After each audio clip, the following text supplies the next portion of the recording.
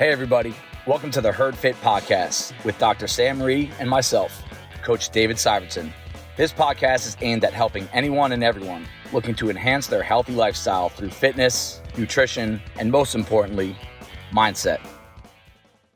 After Dallas, Liz, and Terry and Adam storms, you added some more people in 2016. Yeah, I'm always nervous. My chronological order is going to be off on this stuff.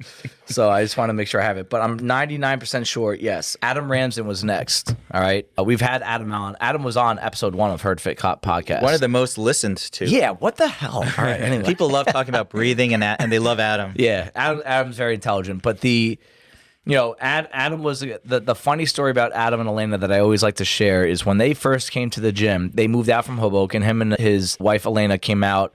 They came with some CrossFit type experience, like group fitness, intense workouts, that kind of stuff. And they were one of the few people that actually, they check out the space. I'm like, hey, I'm about to coach a class. You can come watch if you want. I normally say that just as of courtesy. They always leave. Adam and Elena take 2 chairs out of the office, by the way, I'm pretty sure, and they bring it into the gym and watch the entire class, start to finish. And I was like, yo, okay, this is real, huh? And Adam kind of dove headfirst in. I remember partnering with him on a Saturday partner workout, and I just wanted to get a feel for him, what he's like. And he's just one of those guys, too. It's almost similar to Storms, early on. Very straightforward, trustworthy, hard worker, even keel. Very even keeled. And then, as you get to know him more, how intelligent he is. And he's a teacher. And you're just like, dude, and at the point we're like, all right, we're ready to add another coach to the staff. And another thing that helped us out, we never needed another coach. It was always like, all right, I think we're ready for one. Let's add. And sometimes when you need things, you do things out of desperation. Example, when we were trying to open up the gym, we almost took these spaces that would have not worked, but we needed it at the time. Right. And we got lucky. God didn't let us do it. So Adam was a guy that we're like, all right, I think we're ready for another coach. He's the one. And anytime, like Chris and I are always on the same page with staffing. Like none of us, like sometimes I have an idea, he doesn't like it. He has an idea, I don't like it. If we're not on the same page with staffing, we won't go forward. We have to both be on board. And I didn't think I got the sense out of my mouth with Adam. And he was like, yeah, done. And so we asked him, I said, it's a little bit of a commitment. It's, talk to your wife about it. And I think within a week or two, he was like, yo, I'm in. He got his level 2. And also in 2016 was DeCarlo. DeCarlo's the guy I knew growing up. He actually was he was not a member at Bison before. Some changes at a gym in the area across the 201, changed owners, and Brian was looking to change the scenery at that point, him and his wife.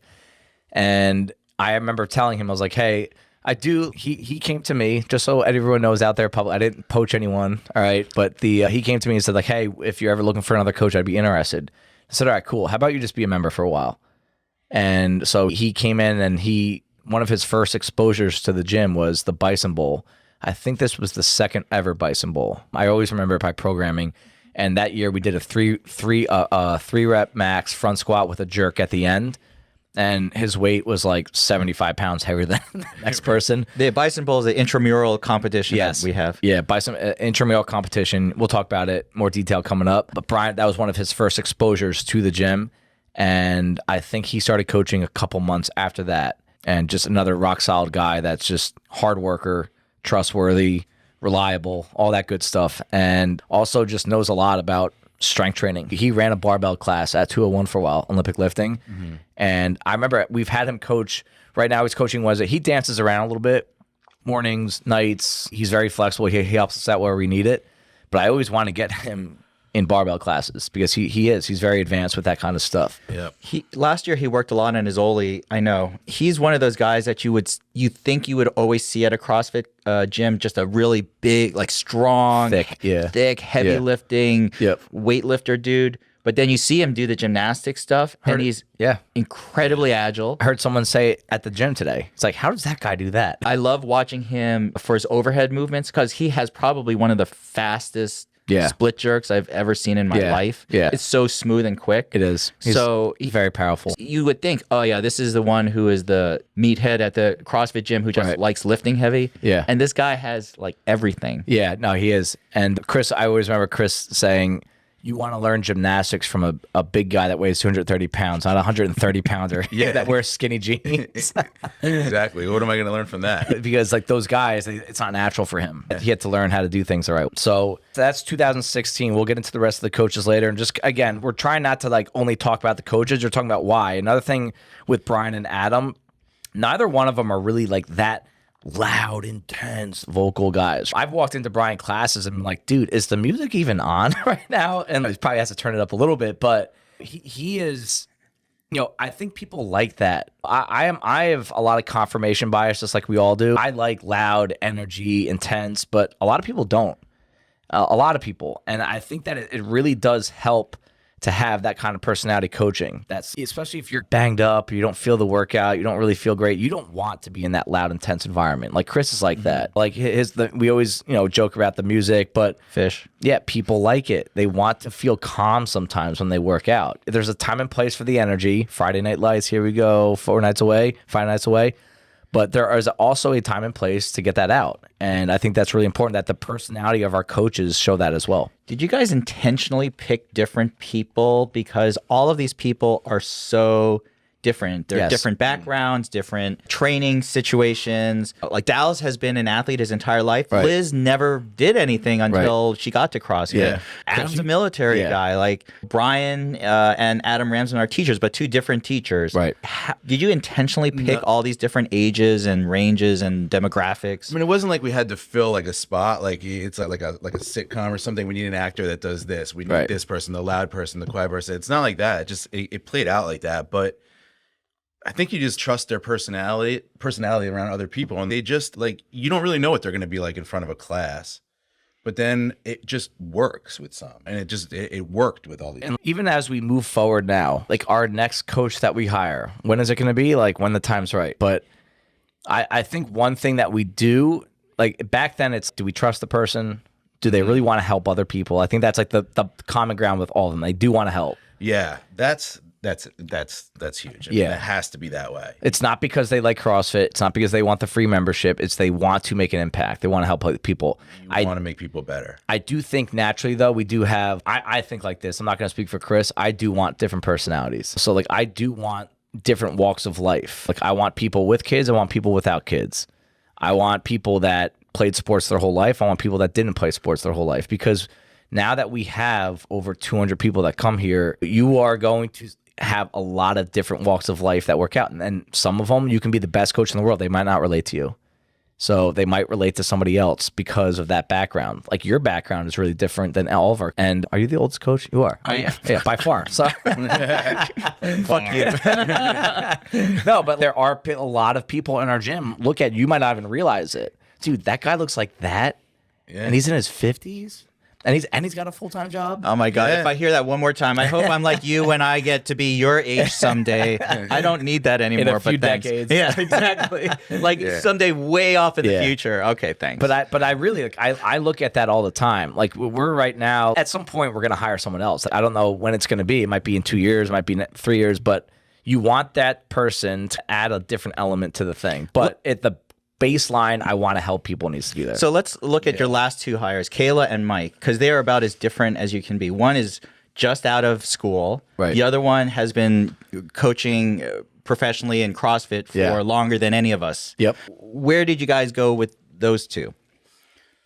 I mean, I think Kayla, we always thought would probably one day be a coach. We met her when she was in college, and then we've known her every year, and she was always, I mean, her field is fitness too. And nutrition, Fitness, nutrition. Oh, she works as a trainer, right? Yeah. For sports. So I think that was very natural for her to want to help us out. And she always helped us out anyway, because that was the way she paid for a membership. There was times when Kayla would just like take the cardboard boxes to recycling and stuff just to offset some of the payments that she couldn't make when she was like really young.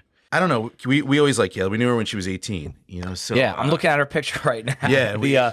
The Open party from 2015, and we joke with Kayla all the time. She was one of the first people that ever came to Bison. Yeah. She came to 14.5.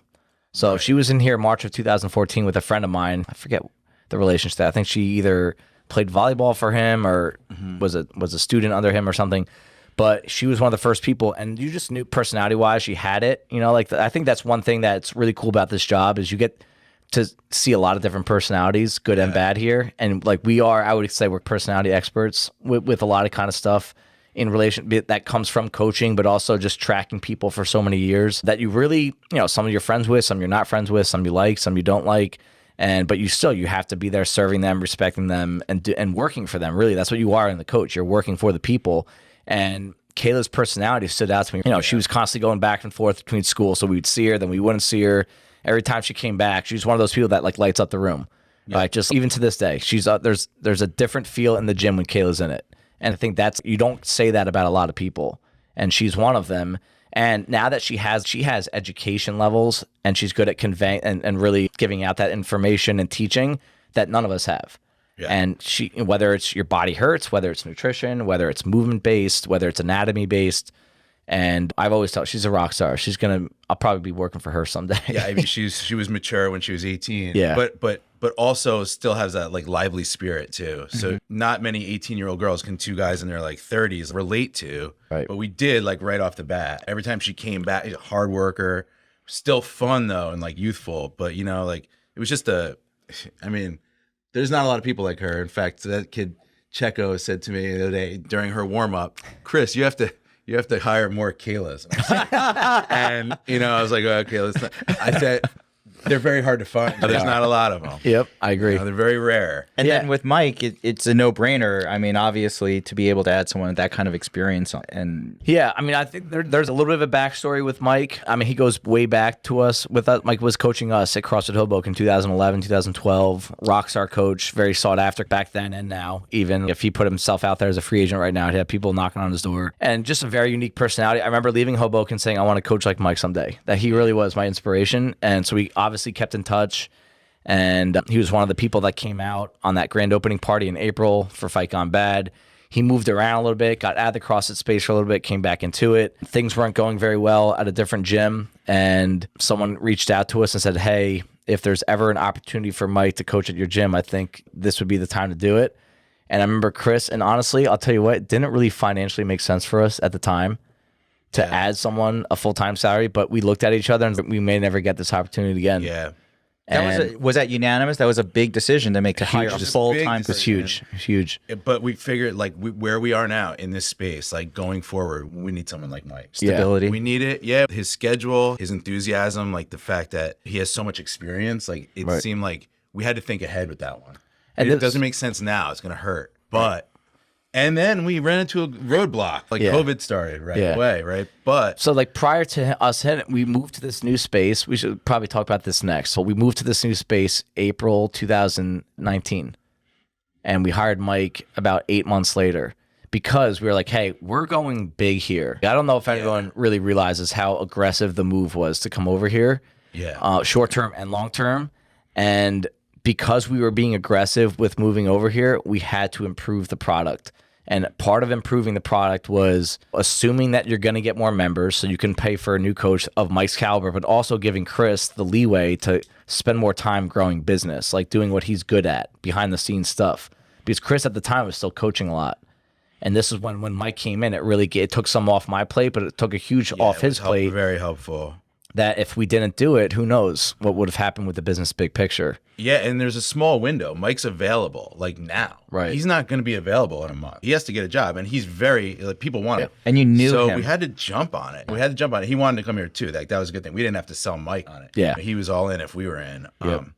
But yeah. Let me ask you a quick question about the coaches. Yep. They all move excellently. Yep. Is that a prerequisite? Do you have to move well in order to, like, you don't have to lift the most weight, you don't have to do every movement, but do you have to move with excellence in order to be a good coach? I mean, yeah. I think the intention needs to be there. And you're only going to know the true intention of being around someone for a long time. Do I move well with everything? Like, I'd like to say yes, but it's subjective. Like, I bet there's some Olympic lifters out there that would have watched me lift and say I don't move well. With CrossFit standards, yeah. I think you need to move well or have a standard for yourself that you're always trying to hit.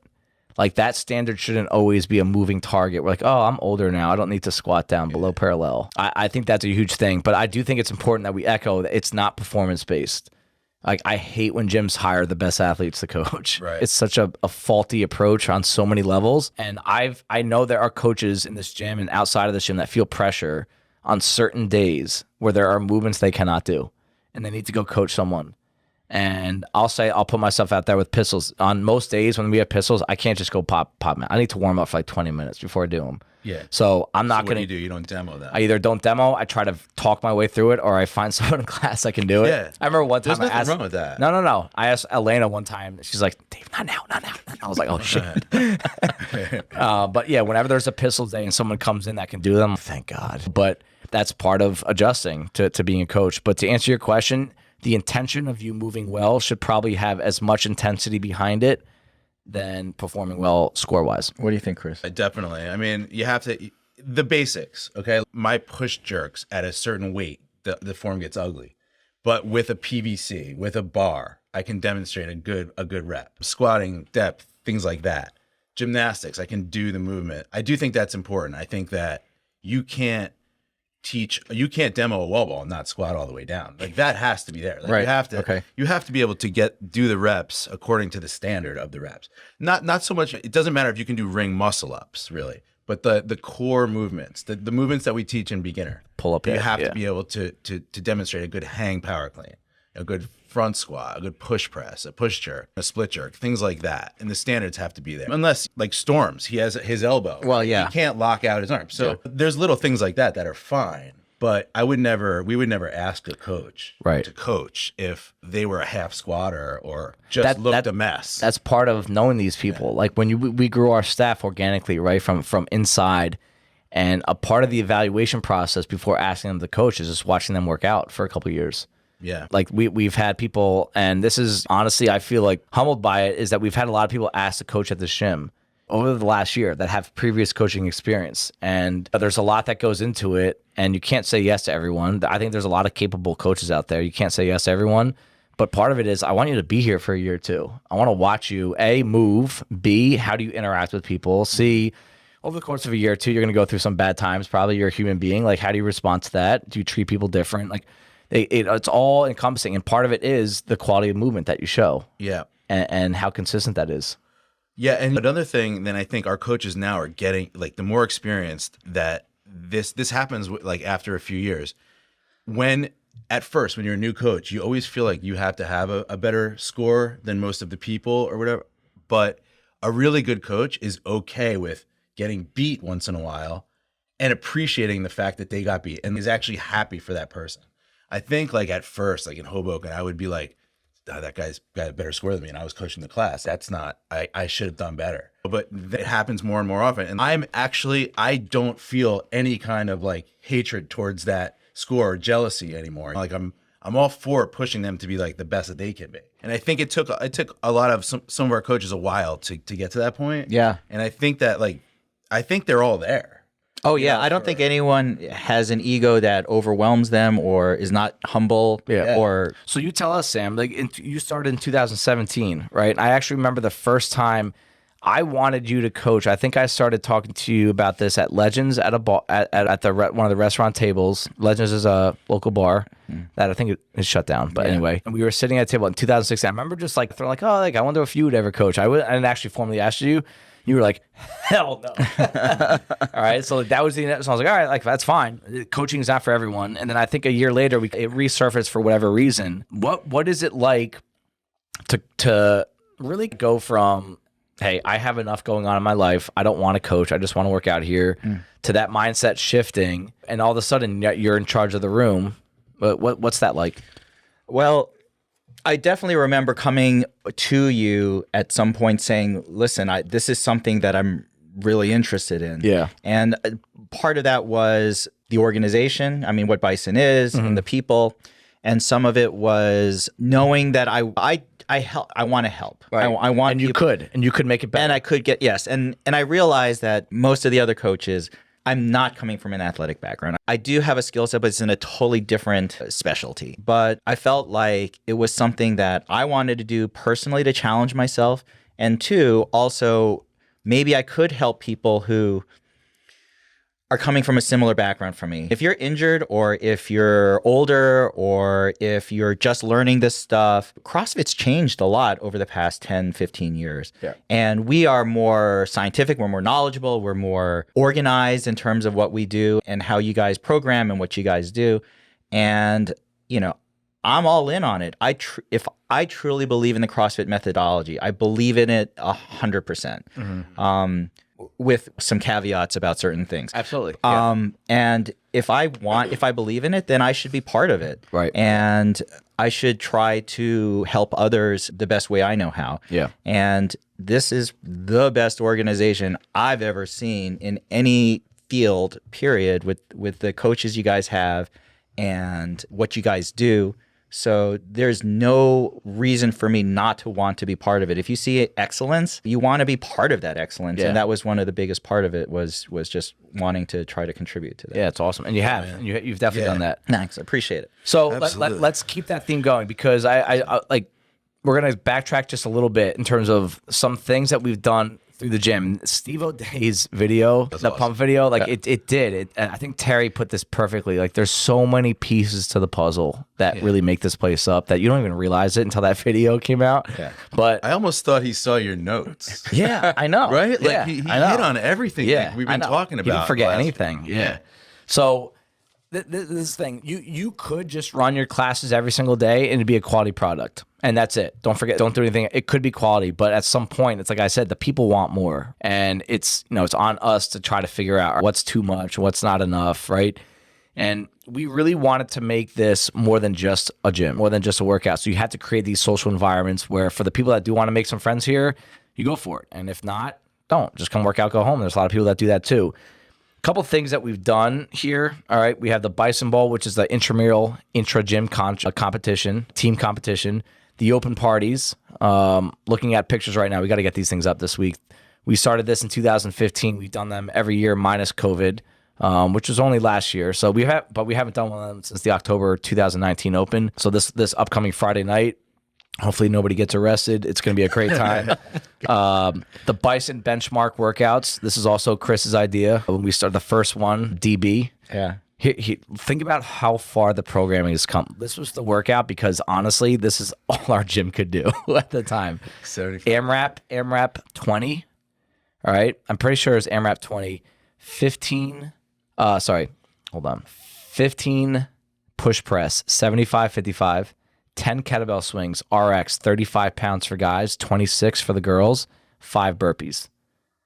AMRAP 20. And actually, I mean, hey, anything's a good workout, right? Yeah, it's still a good workout. Yeah, it's still a good workout. But even 2 years later, we redid it and we're like, dude, this is too light. So we had to call it fat DB and obese DB. All right.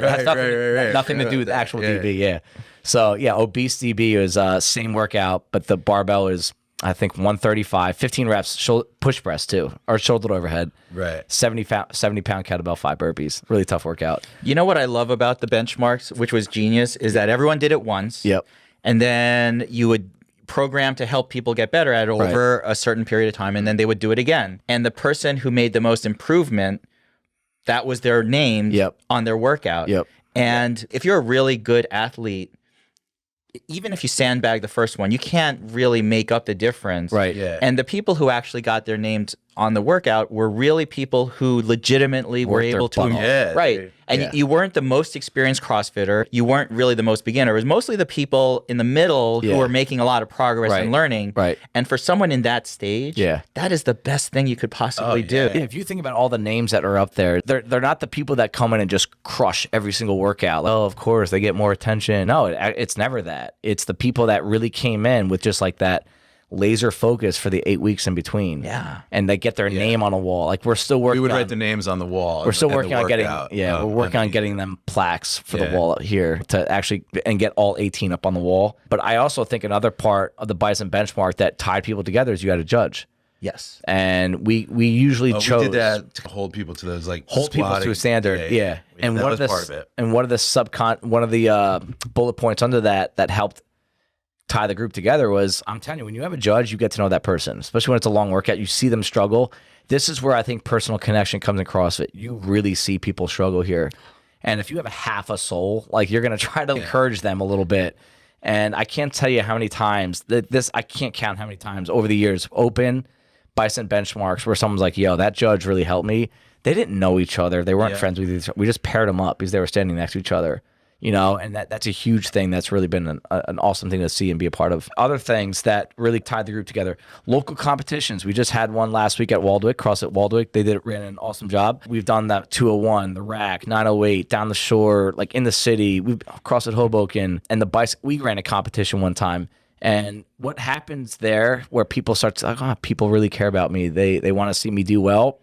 If you're competing, especially with Bison, you have 20, 30 people there sometimes. Yeah. They're driving like an hour, spending 4 hours at this thing on a Saturday, then driving an hour home to watch you do thrusters and pull-ups and clap your hands. Like, it's ridiculous. Yeah. If I told some of my friends outside of CrossFit that people do this, they're like, this is a cult, is that? But that's where we signed up for a lot of competitions. Our gym, just a lot of people wanted to compete from that 2016, 2019 period. And everyone has their own reasons for wanting to compete. But one of the things that you really start to see is there's a huge sea of support here. And we have 2 coming up in May, one in Shrewsbury, one at 908. Really excited about both. Yes, I can't wait. And I think combined, Liz and I have this tally. I think combined we have 24 people signed up. And a lot of them have never competed in a comp before. This will be their first time. And I'm telling you this right now, it's gonna change their perspective on CrossFit because there's nothing like competing, but also the support that strangers are gonna come from this gym and support you. And we have a couple other things that just kind of like build the community: social outings, fundraisers, and our reset / Larong challenges. So social outings, this is hard to do now because there's so many people and you always feel like someone's getting left out. But early 2015, 2016, you would send out a message to the entire gym, hey, let's go to the beer garden in Hoboken. And you get 50 people to show up. And again, those are the moments, like as an owner, you're like, dude, none of these people knew each other. Yeah. None of them. And we're not seeking credit in saying that. I'm just saying it's so cool to be around that none of these people would have known each other. Liz just got married this past May, right? Over about a year ago. And the amount of people at her wedding from this gym, what if we never opened this gym? Like, it was amazing. It was amazing to see. I mean, her wedding party was people from the gym. Yeah, I think her friend. I don't know. The fundraisers, Bison Lives for Cancer. We've raised this gym in fundraisers alone that the gym is organized. I know some people have had their own side ones, have raised over $55,000 for different organizations, the things we did over COVID for the other gyms. It's just an awesome thing that when people do these things that make themselves feel good and like they're doing things for other people and they do them together as a group, no one's really looking at, oh, that person donated $1,000, that person donated $200. It was a Bison community, like this group of people really came together and supplied a lot of funds for other purposes. The Rhee Christmas holiday party, it's more on that in the coming months, everybody. But those kinds of things, you don't always think about that when you open the gym. No, right? No, and we could not imagine. No, couldn't imagine. Just like the fact that the Rhees open up their doors like that, the way you guys do, because that's a huge deal. But the fact that all these people get dressed up. I remember the first one, just like sitting in front of the house and just trying to talk to people. Like, I'm not good in that kind of environment, but it's like, it's so humbling at the same time. It's wow. Like these people, like you think you're like, you open up this gym, these people come to it. It means so much more to people than that. Well, I think as owners, you guys have just put together so much stuff, and it wasn't for revenue enhancement. It wasn't to somehow grow Bison just for the sake of money. No. You guys did all these things because make it better. You wanted to make you guys cared about the community. You guys cared about every person. You guys cared about the people who were coming. And I saw that every time you guys would put something together. Yeah. Yeah, I mean, we definitely felt, well, we don't deserve this. Like this is too much. Yeah, we got lucky, right? Yeah, we got lucky. Like what that was that first party, I remember, like, yeah, people like getting dressed up, like dresses. Every year, I guess. Right? Yeah. But the first year we were in the house and everything, and you literally opened up your house to like all these people that you just met, and even some people that you probably didn't really know that much, to be honest with you. So yeah, those are the things like that. That's really when you look back at what grew Bison. I think those are the things that are probably just as impactful, if not more, than the actual workout. Because that's when they say you're building a community, you're not building a gym. And if you have that in mind, I think both can happen at the same time. I think it's still happening now. I mean, it's been harder with COVID, but I've met more of the new people and gotten to know them and connected with them. I mean, it's a little bit easier as a coach because you work with them as well. But I mean, I've gotten to know so many new people. I mean, because Bison has grown so quickly. Right, it is. Yeah, it's crazy. Yeah, the amount of we've had people that have been in and out over the past couple of years for whatever reason. Everyone has their own reasons. And they say, I hear this all the time. I don't know anyone that's in class, and they were here for years prior to. It's been a huge turnover, and people come at way different times than they used to now. That's different as well. Just because I think COVID has changed so much about people's lives. Thank you, everybody, for taking the time out of your day to listen to the Herd Fit podcast. Be on the lookout for next week's episode.